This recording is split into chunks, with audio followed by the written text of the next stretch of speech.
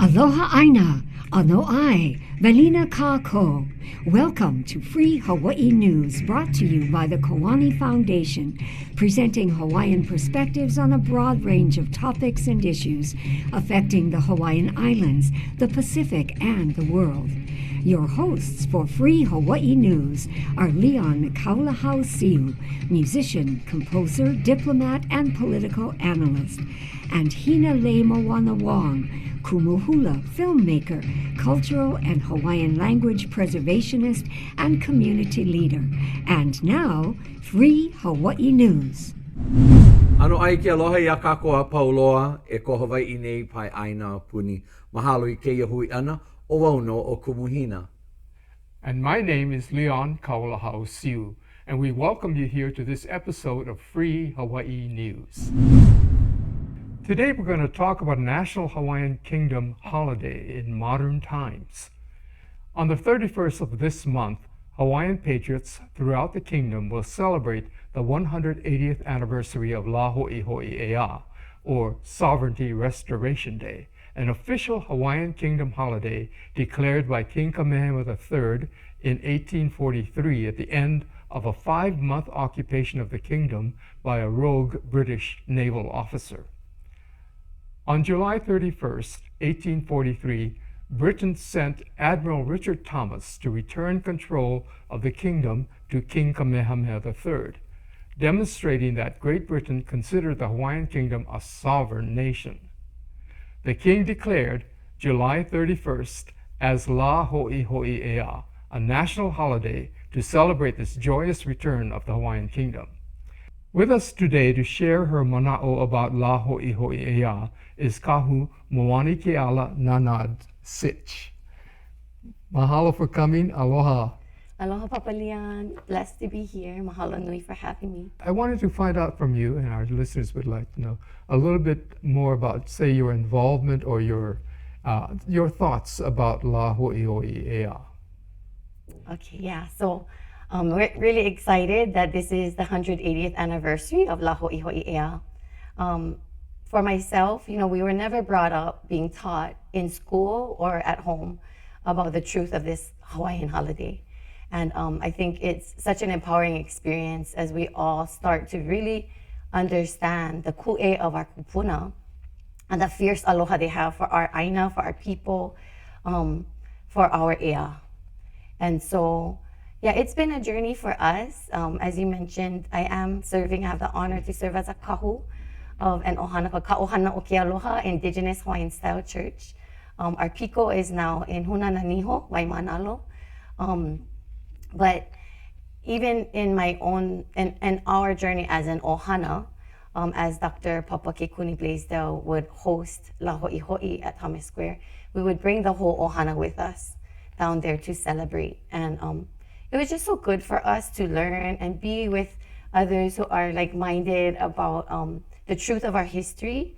And also being that, and this is a conversation I know that can be more full for other days, but even for us as Kanaka and for we who will call ourselves like Kalikiano, it's really beautiful to hear the whole journey of Kauai Keoli, and given the injustice and the just at that time the pressures and Great Britain trying to huki'ia our ea, and really Kauai Keoli calling out to all of our people to pule. So just remembering the mana in pule, and he was really calling us, to ho'oke'ai and pule, like really like ulo no pule, just such a deep level of crying out. He actually said like to fall on our knees and cry out to Akua for the protection of our aupuni and our lahui and our ea.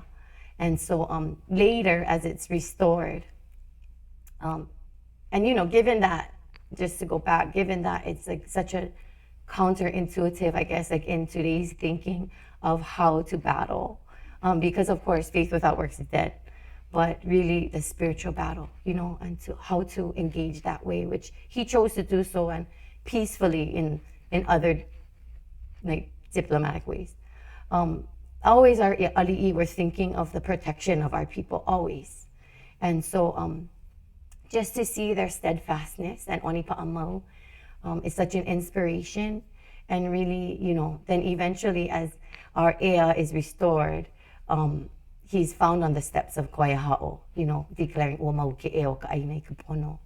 And so the life, not just the life, but the sovereignty, the breath, the air, the independence of our nation and our land is preserved in pono, right? In justice. And so, it reminds me of biblical times as they all got together, thousands in the Uanu, and, just had a big paina and celebrating in 10 days of Mahalo Keakua. And so I think for us, it's been just beautiful to recall and remember, and then help our keiki to learn. And even as our kupuna, it's been so beautiful to see so many of our kupuna feel empowered. They didn't know about this either. We remember like our context. This is our aina, our mainland. Like what is our kuleana to remember the mo'olelo kupuna and the truth of from where we come to know where we're going. Well, that sounds wonderful. This is one of the objects of this program, is to talk about who we are as a people. And one of the features that we have in this program is talking about the Pacific Way or the Hawaiian Way. Mm-hmm. And this particular, at that time, in 1843, the world was in turmoil with conquests all over the place, or colonial countries taking over smaller countries and asserting themselves. So this is something that is so different on how it was approached by Kauikeauli, that he prayed, and he trusted, and he basically set a tone of how we would address what would have been a global move by somebody else to take over our country. And instead of going to war, mm-hmm. He took a whole different way of doing it, which is very different, of course, from his father. But anyway, this mm-hmm. is an outstanding example of basically using nonviolence and mm-hmm. trusting and working and having the entire nation concentrate on and pule about mm-hmm. where we want to go as a nation. And it looks like we're coming to that point again, so we can take a good lesson from what happened in 1843. Mm. Tell us a little bit more about how you think where we should go with this celebration, as far as how do we expand it to include more people? Well, participation right at Thomas Square has been wonderful. But then in recent times, people being able to go into their own kaiauru. So we were able to be with Mama Lynette and, our West Side, Ohana, and celebrate there. And we're going to be talking about in just a little while. So that was an honor and privilege mm-hmm. to be with them. And then also for us, we also have celebrated in Waimanalo, with certain Ohana Kanaka who've been celebrating for always with their families, and also as a halepule. So coming together and just making it a celebrative day, remembering our mo'olelo, participating in pule for our people, for our aupuni, for our lahui to thrive. It's been Maikai. Beautiful. So among, say, your family and the people let's say the people you grew up with and all that, how has this affected them? Your participation, has this affected them at all? Yeah, I think so. Greater awareness, greater education. I was just recalling on my way here that during the pandemic, we had an Ohana gathering over Zoom. It might have been somebody's birthday, but then it just so happened that it was near La Ho'iho'i'ea. So I played a video, and I got to we got to talk about it. And so I think, we're all just trying to be proactive mm-hmm. in all of our spaces. I think as far as our Ohana, not everyone is as involved or as, active, participatory in all of the events. But I think that their hearts have grown to understand and to really stand with and celebrate. Wow, wonderful. Yeah. Yes. So, where do you think this is going in the future, as far as celebrations like La Ho'i? Yeah, I don't know exactly, but it's looking like we're having some good momentum. It's really an honor to like celebrate various kia'i and koa ikalahui, different leaders that have served and given of themselves and their lives. It's beautiful to rally around and rally together to celebrate that. I think we'd love to see, right, in every kula, every school, education, the truth of this holiday. We'd love to see it being acknowledged by everyone in Hawaii and Pacifica and beyond, also in our own homes. So I think just the way we live, you know, we want to be able to remember and carry that out in honor of our kupuna, you know, with mahalo for Kiakua and for the hanauna ihikimayana, the generations to come. Mahalo. Well, so I want to thank you so much for sharing your ike with us and your wanao. This has been really heartwarming and encouraging, and so we want to thank you again, Moani, for being with us. With us today in our studio is Kauka'ohu Wahilani, resident and activist leader from the Waianae Moku of Oahu. To fill us in a little bit more about how the Waianae residents celebrate La Ho'iho'i'ea. All of us knew very little about who we were and all that. So what was the genesis of how you... And for me, it was 1993, you know, January 17th, going to, you know, the 100th commemoration of the illegal overthrow of our kingdom, of our country at Iolani Palace, and hearing Auntie Haunani Cha speak, and just finding out the truth that we're under illegal occupation, and got me activated to, you know, because why I had to grow up learning about somebody else's culture, somebody else's heroes, somebody else's religion, you know, and not where we had, as Kanaka Oiwi, we had our own. And, you know, and then finding out, you know, how progressive, under the guidance of Kauikeoli, how progressive that our country was. You know, we had electricity before the White House, right, in the palace, you know, and we printed out over a million newspapers on Pelikalia as well as English, right? English as well as Olelo Hawaii.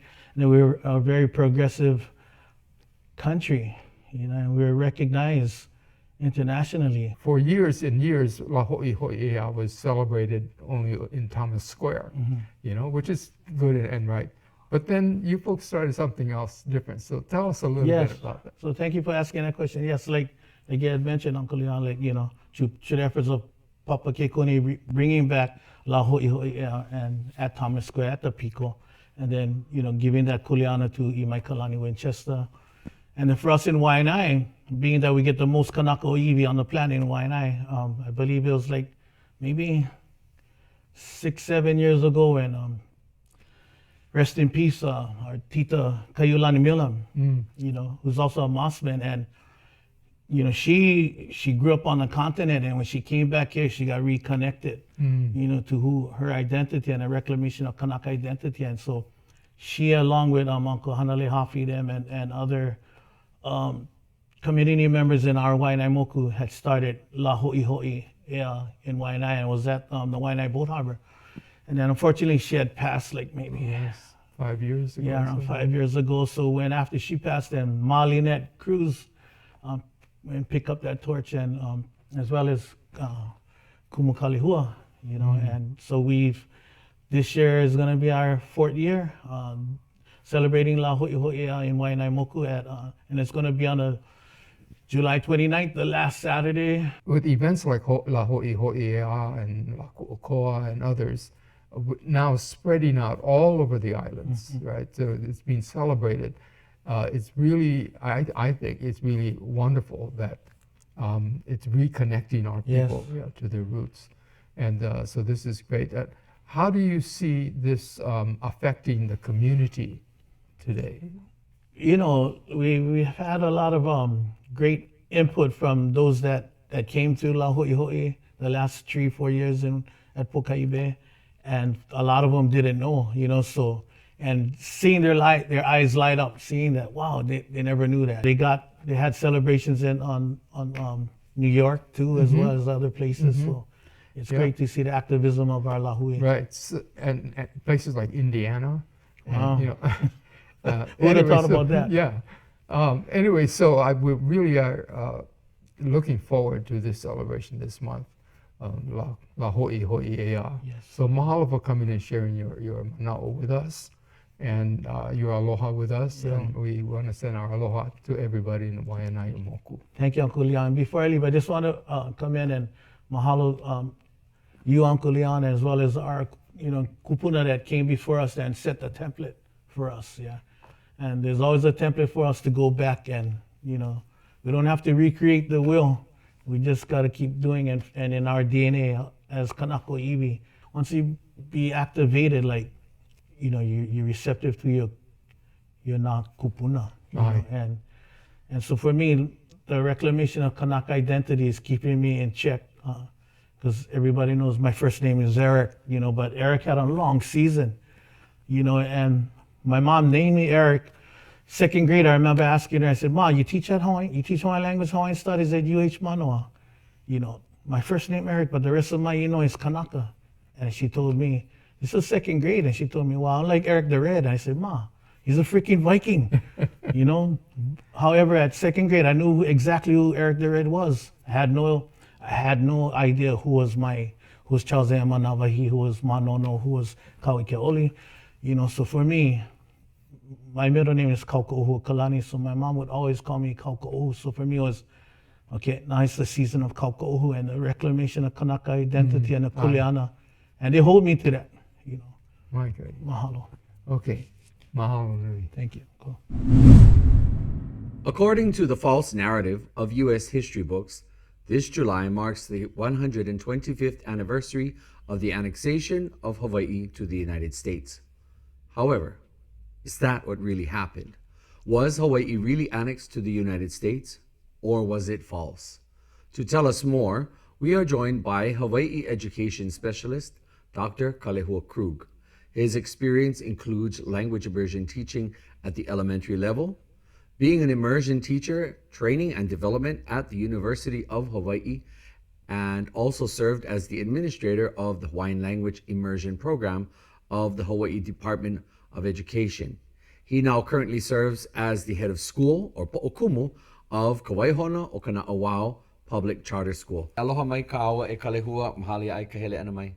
Aloha nui e kumihina, mahalo ke kono ana ia. Oh yeah. No laila e kalehua. Perhaps we should start with this question. Who wanted to annex Hawaii to the United States and why? E ho'omaka wau ma ke aloha ana I ka lāhui na Kanaka I nāna mila. Na kamaaina o ke kuana ike Hawaii, ka ike ho'i na kupuna aloha nui kākou. In beginning to answer that question, it really takes me to more of an ideological conversation. And although we can give the Committee of Safety, American businessmen, the ABCFM, the missionaries, we can call these people out on who wanted to annex Hawaii. I'm gonna say that ideologically it was people who wanted to take Hawaii. It was people who were brought up in an individualistic ideology, not native to our place. And I think that's more of the conversation as we start to speak about the importance of this conversation in education. Is more about not just what specific groups wanted Hawaii annexed, but more what was their ideology and how did they behave in the world. What do you really think then was that goal? Why did the foreigners want to take us? What was it that motivated them? And perhaps, how is it that we might have perhaps even adapted so much to their ways that in and amongst our own people, we may have taken on their very traits and characteristics? I think in the beginning, I don't actually think that all of the folks in the U.S. Congress wanted to annex Hawaii. I think it was a very difficult conversation, and there are many tries to get the 2/3 ratification for annexation, and it failed, and that's how you get the New Lands Resolution. But for our intents and purposes, allowing people the knowledge that a joint resolution is domestic law, and you cannot enact domestic law in an international realm, is a really important piece of information to discuss when talking about ho'iho'i'ea, when talking about ea in general. But what happened is that through that process of annexation, the ways of our people were decimated through education. So education has actually been one of the sharpest knives that have cut through our people and our ways and our traditions throughout history. And so right now, being able to recognize, as many of the speakers prior to me have talked about, is being able to call out these truths within our communities and be able to enact a different set of beliefs and a different set of values and a different set of behaviors that are actually based off of not just the recollection that we have of the Hawaiian people in the kingdom, but also the recollection that we have of our people through our mele, our hula, our mo'olelo, and the behaviors that are enacted in those practices. If we look into our history, however, we see that, as you mentioned just a moment ago, we see that even the leadership on the side of the United States struggled with following through with this heinous act that has now completely robbed us of our ability to live our lives fully in the manner that we should rightfully live it. And President Grover Cleveland is one whom really struggled. Why do you think that he did not want Hawaii to be annexed? Why do you think he refused this? Well, I think he trusted his emissaries that he sent, and so in the Blount report actually talked about the idea that when the United States Navy arrived in Honolulu, that the disarray that was reported by the Committee of Safety and the Honolulu-based American businessmen that reported back to Washington D.C. that in that message of disarray, that as the American warship and as the emissary arrived in Honolulu, he didn't see the chaos that was reported by those people. And so I think in being able to trust his staff, trust the person that he sent, and the kuleana that he had, I know that he was thinking internationally. I know that he was thinking of Hawaii as an independent state and one independent state that was under treaty with the United States of America. And so to not only break an international treaty, but go utilize domestic law to enter into stealing land from someone else, from other people. Ultimately, I think he has the same struggle that I have, is that there's no way United States could use domestic law to take over Pakistan or China. It's ridiculous. And so I think the ridiculousness of the scenario that I just described is what he was toiling with in that moment. As we continue to look in history, could you tell us which president then followed through with this, and what do you think allowed him to do that when his predecessor was not able to do it? I don't think he had the struggles of integrity and consciousness that Cleveland had. So it was McKinley. And McKinley put forth, and he was very much a businessman, and so he was for taking over new lands and conquest, and the ideas that come from Europe of manifest destiny. He definitely seemed to have those traits and characteristics. So in that time frame, McKinley did the deed, but utilizing again domestic law. And therefore, Kalehua, the annexation of Hawaii cannot be legal because there was never a treaty. Would this be your analysis? Well, so in the discrepancy that I think provides us discussion on two sides is that, because we have to go back to the actual coup that took place. Now, was the coup actually fulfilled? You know, as a Committee of Safety, the Honolulu Rifles imprisoned Queen Liliuokalani. Queen Liliuokalani goes back to what we were talking about, La Ho'iho'i'ea, and she goes and utilizes the strategies that actually brought forth ea by Kauikeauli. in 1843. And so utilizing those strategies, she did not succumb to a coup d'etat. She was utilizing political strategies already utilized in Hawaii and had precedent set by Kamehameha Ekolu in an international realm. So she was using international precedents to behave in that way. And so with that, I'll say that the folks that America was conversing with supported annexation, which was the fake republic and the theatrics that were going on politically at that time. But as far as an independent nation's monarch based off of the Constitution making a treaty ratified by with America, no, that was never done. And there's only two ways, so the Treaty of Annexation or a declaration of war, and there was never a declaration of war on Hawaii. Now, if only our public school system on the large and wide were able to accept and embrace this.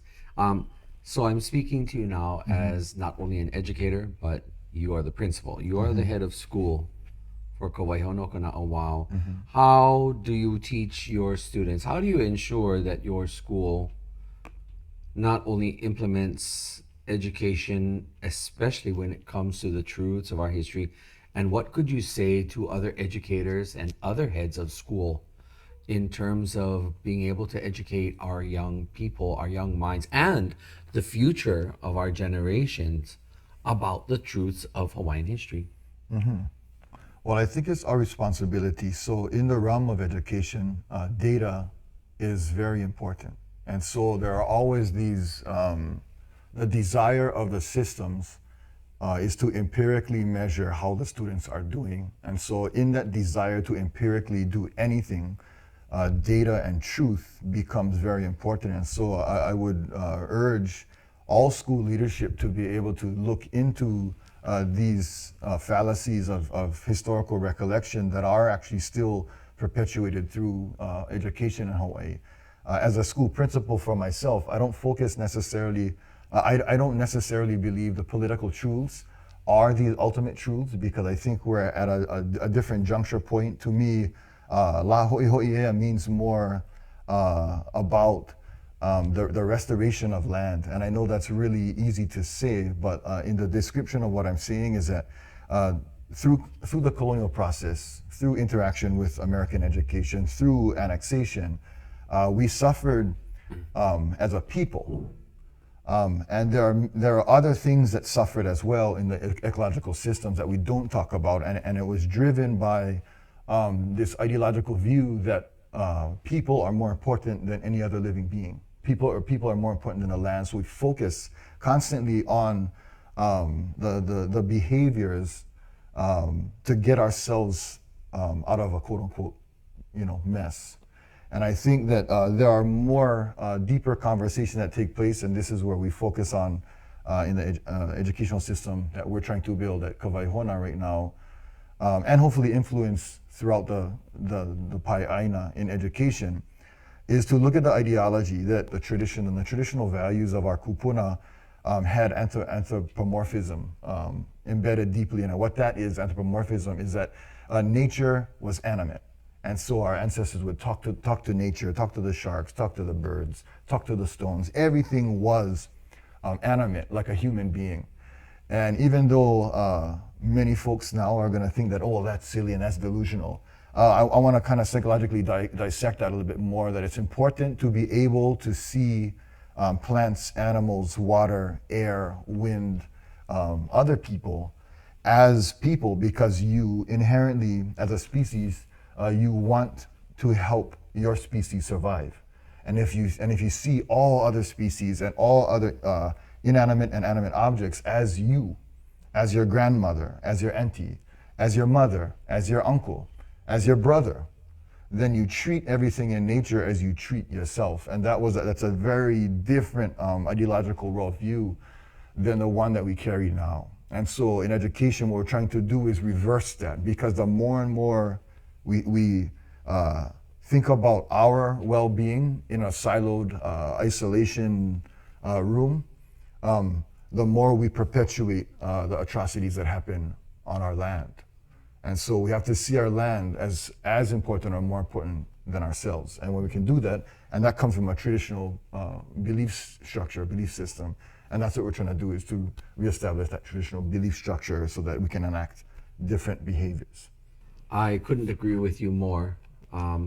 It's not often that we just get to throw our own personal insight and mana'o in, but your sentiments that you've shared echo and resonate within me, and I completely agree, because these days, now that I'm past 50, you know, I start to talk to things, talk to the Aina, to the Anuenue, and talk to the Bano. Kalehua, any last thoughts that you might wish to share with our viewer audiences about our history and where we need to look forward to? Well, definitely want to encourage everybody, if you do have an event for La Ho'iho'ia happening, attend it.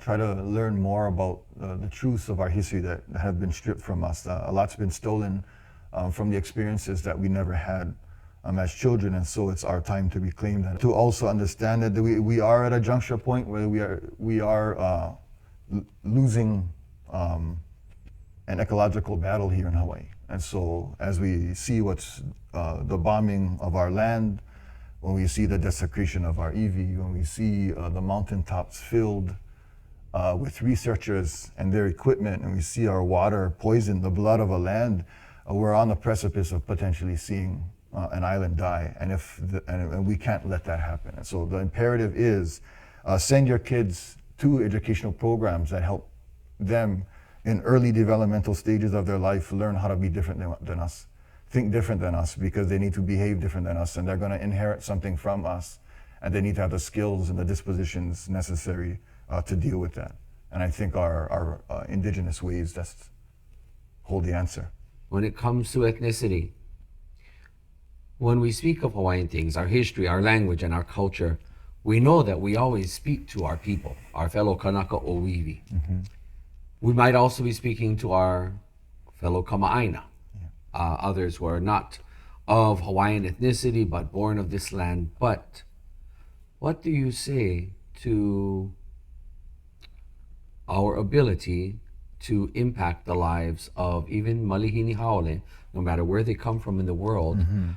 And how important is it for everyone in Hawaii to learn and to embrace that which you've just told us?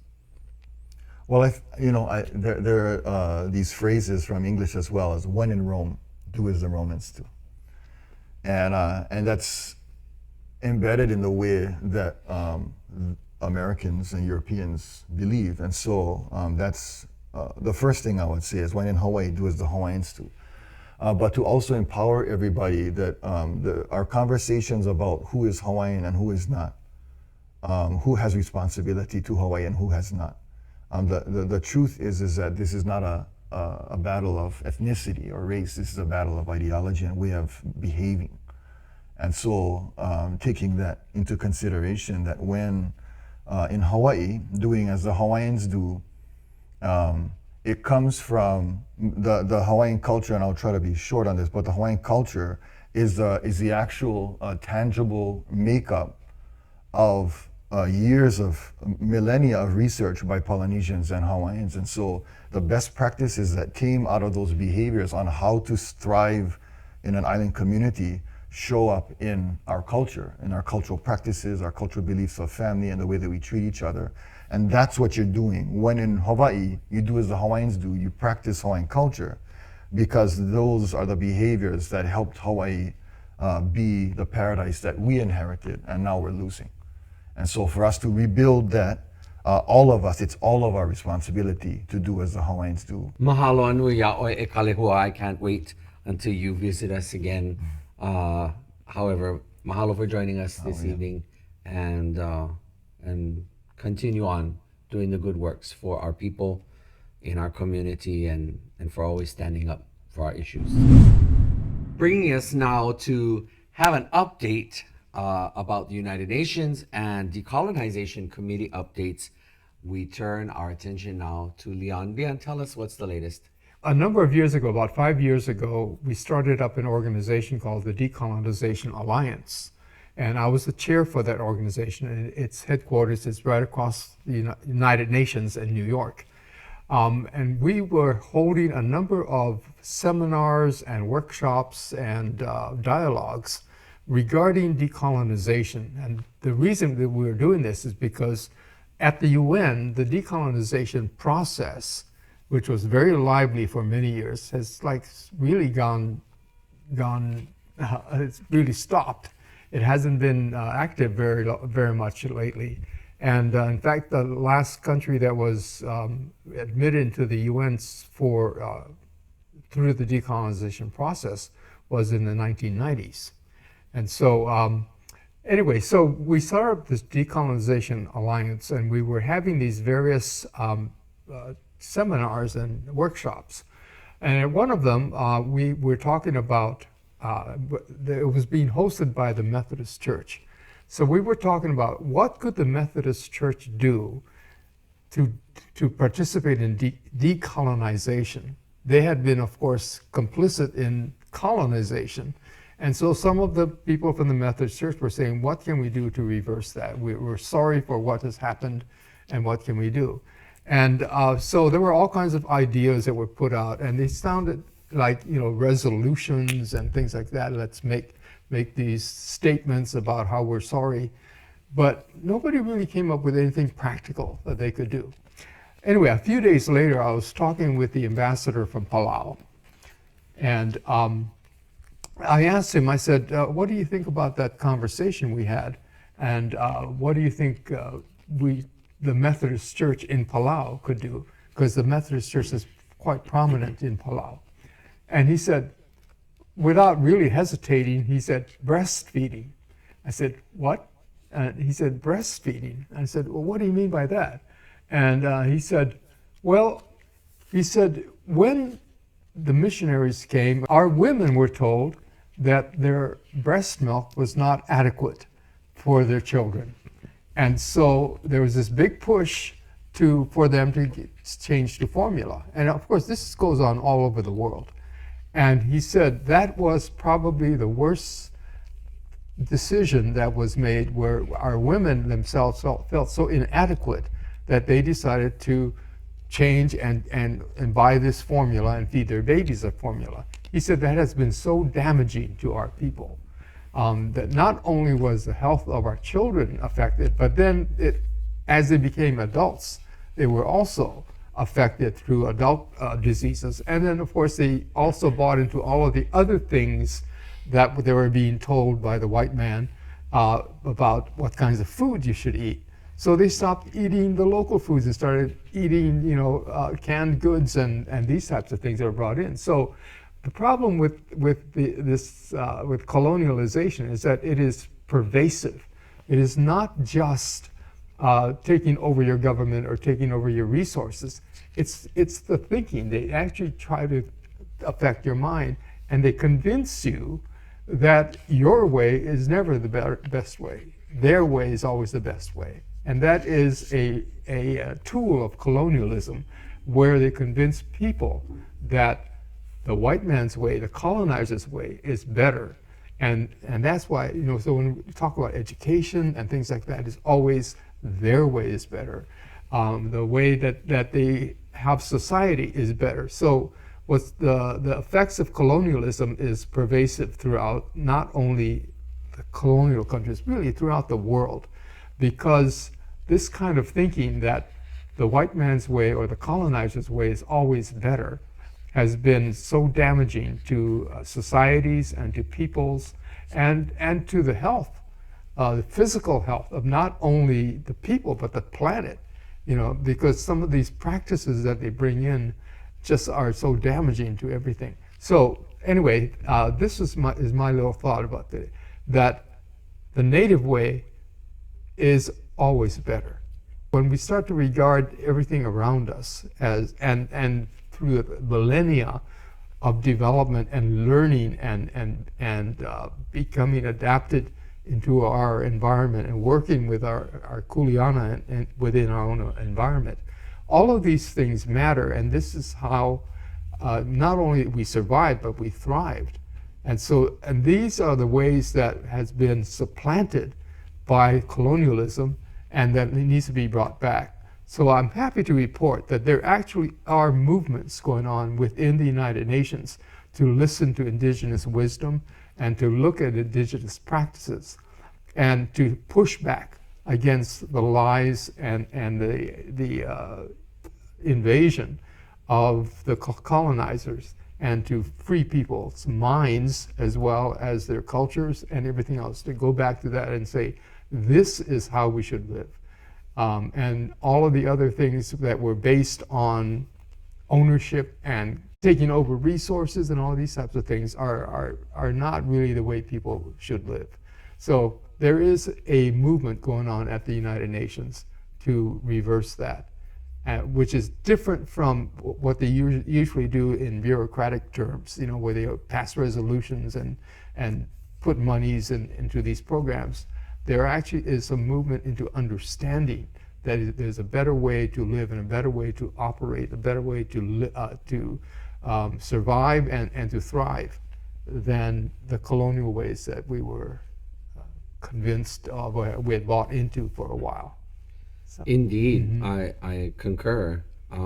And perhaps even if we didn't say a better way to live, but there are other options for us. Yes. And these options, they should rightfully rely on our tried and true ways that our ancestors have proven. I remember growing up, and my maternal grandmother, whom was always known for, how do we say, mama kamia ai, and she would chew the food, and I was the recipient of it. She didn't do it for any of my other cousins growing up, but I remember that she did it to me. And when baby, quote unquote, baby food in jars came about, I knew that she had her sentiments about it, because she felt that you didn't need to spend money on it. Babies could have poi and if yes, and all of these things made soft are so nourishing. And even if you needed to chew it a little bit before the baby would have it, that was part of the feeding. It's hand in hand with breastfeeding. It's also hand in hand with the kinds of things we eat. We need to look to, not to the outside, but we need to look within. Yes. And find all of the answers that have been laid out for us. They've been tested, tried, and true. And to truly honor the people of our islands, our culture, and our history, we should be able to bring these forth again and not be ashamed to do it and not feel bad for doing it. Mahalo. Yeah. So to bring that around to what I started saying, so he was saying the Methodist Church, in an act of repentance, could reverse themselves and say, breastfeeding is good for you. And by doing so, they would signify a whole change of attitude, and they would actually help people become healthy, and it would reaffirm that the way that the people were doing it long before the colonizers came was actually the best way. And it would also apply to all of the other lies and misconceptions that they were taught, about governance and about your society and how you behave and things like that. It actually would, just by the simple act of saying, we were wrong, breastfeeding is good for you, will also expose all the other areas which we had been harmed by, and hopefully it'll bring about a real change.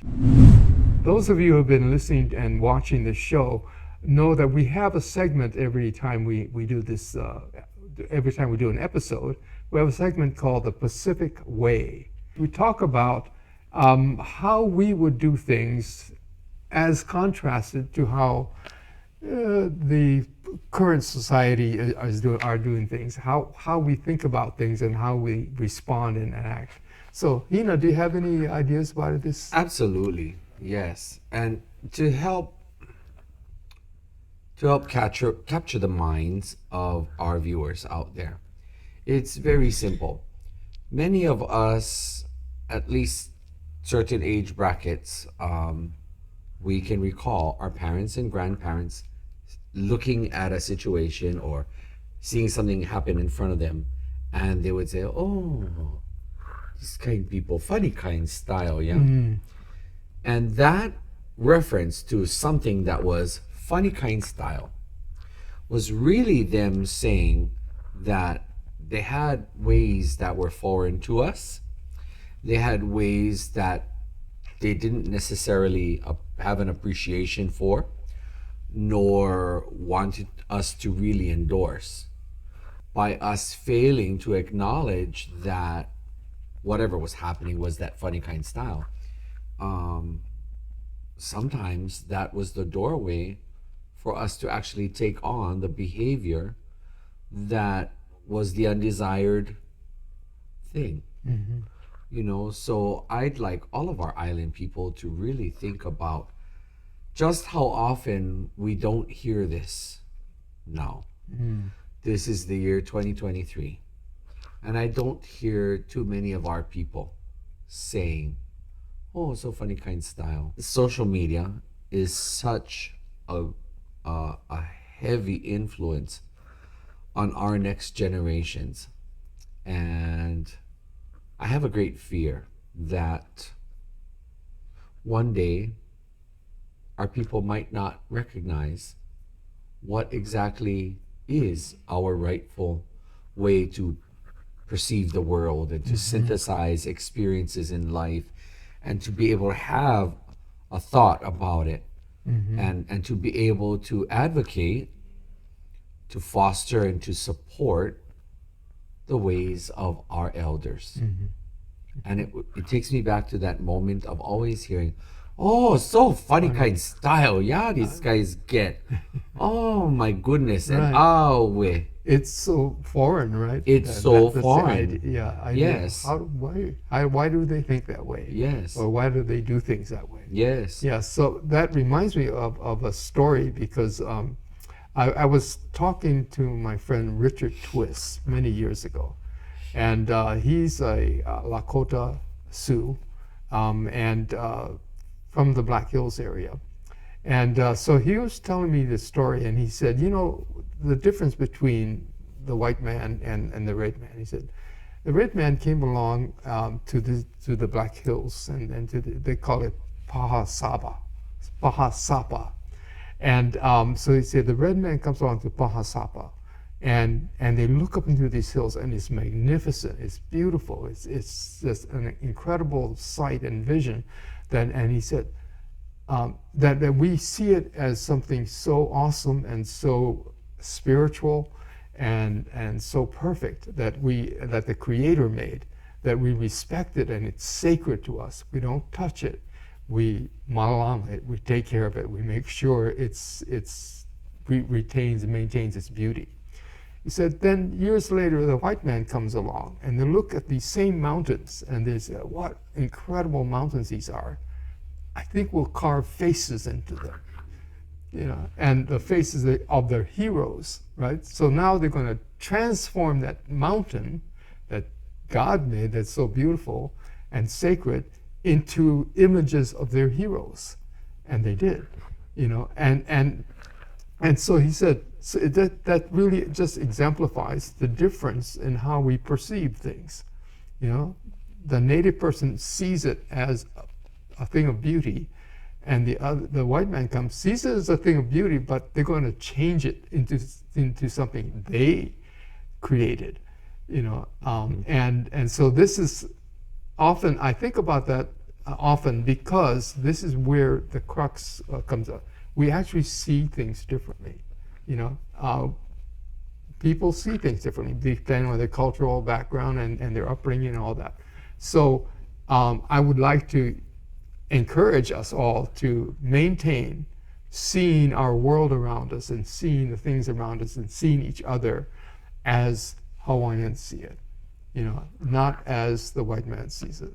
We look to our viewer audience and we say to all of you that let us not just simply accept what comes through all sorts of media, through the news media, through social media. Let's not just accept what outsiders do just because it's the cool thing or the latest thing, but instead, let's all of our generations and to the generations of our kupuna and makua that are now responsible for imparting upon the next generations about our Pacific way or what is Hawaiian style. Let us reaffirm ourselves and let us do our very best to reinstate what exactly is that Pacific way, what exactly is Hawaiian style. Last month, our Council for Native Hawaiian Advancement, we traveled to America. We traveled to Turtle Island, and it was to the area that most of the current public knows and acknowledges as Las Vegas, Nevada. And we had an excellent convention. So many different things were shared and much empowerment for our people. I wanted to touch upon the idea that so many of our own people and so many others that live here in Hawaii actually promote. I see it on the news, I hear it spoken amongst people, and it is the remnants of a campaign to draw tourist attention to travel to Las Vegas, Nevada, and to head there and to spend money and to boost their economy. And that was by calling Las Vegas the ninth island. It is one of Kumuhina's pet peeves. I bristle every time I hear the ninth island referred to as Las Vegas. Please, please, please. If our Hawaiian community is going to be calling the ninth island to any piece of land, it should be to our rightful ninth island, which is Nihoa. Nihoa, in the history of our people, is the island past Ni'ihau. So when you come from Oahu, here on this island, travel to Kauai, and beyond Kauai, you head over to Ni'ihau through the Kaulakahi Channel, and right there off the shores of Ni'ihau, off of the beach of Nanina, which I so enjoy swimming in, off of Nanina you see Lehua, and it's a very small, they don't give it the full term of island, but they call it islet. And you continue on going northwest, and you go to the larger body of our islands that have been given the name Papahanaumokuakea. Our rightful ninth island is again Nihoa, and it comes complete with stories, both Nihoa and Mokumanamana. These islands had evidence of very early inhabitation and use for pule, and it also being a runaway, hideaway. Nihoa is the island in Ni'ihau tradition. Nihoa was the island that two lovers could run away to and go and spend time, get acquainted with one another, and share of themselves, and then they come back. And my Ni'ihau Ohana, the Ka'amoana family, is the last known Ohana to have had kupuna who traveled to the island of Nihoa. And so in reflection about, again, this concept of the ninth island, we whom are proud to say we are Hawaiian, we whom are proud to be of this culture that we uphold and that we elevate and that we forward into the next century, Let us never ever forget our rightful mainland.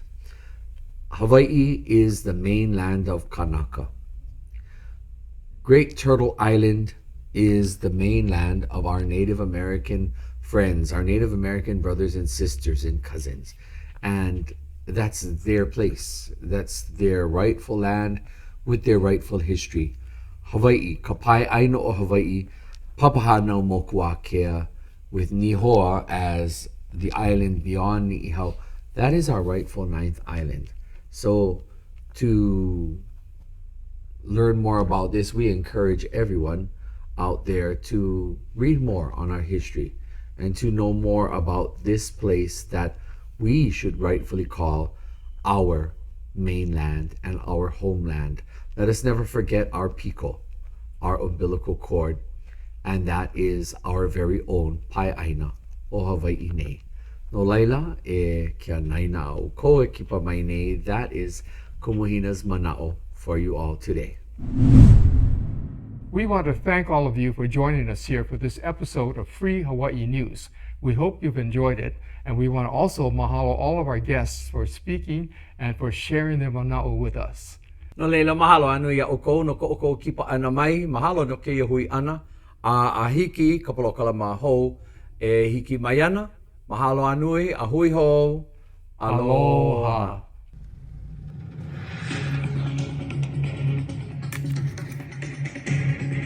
We hope you enjoyed this month's episode of Free Hawaii News. Mahalo for watching. There's a new show every month, so this program will air several more times this month. You can view it anytime on Olelo's on-demand site or on YouTube. See you next time. Ahui ho, aloha aina.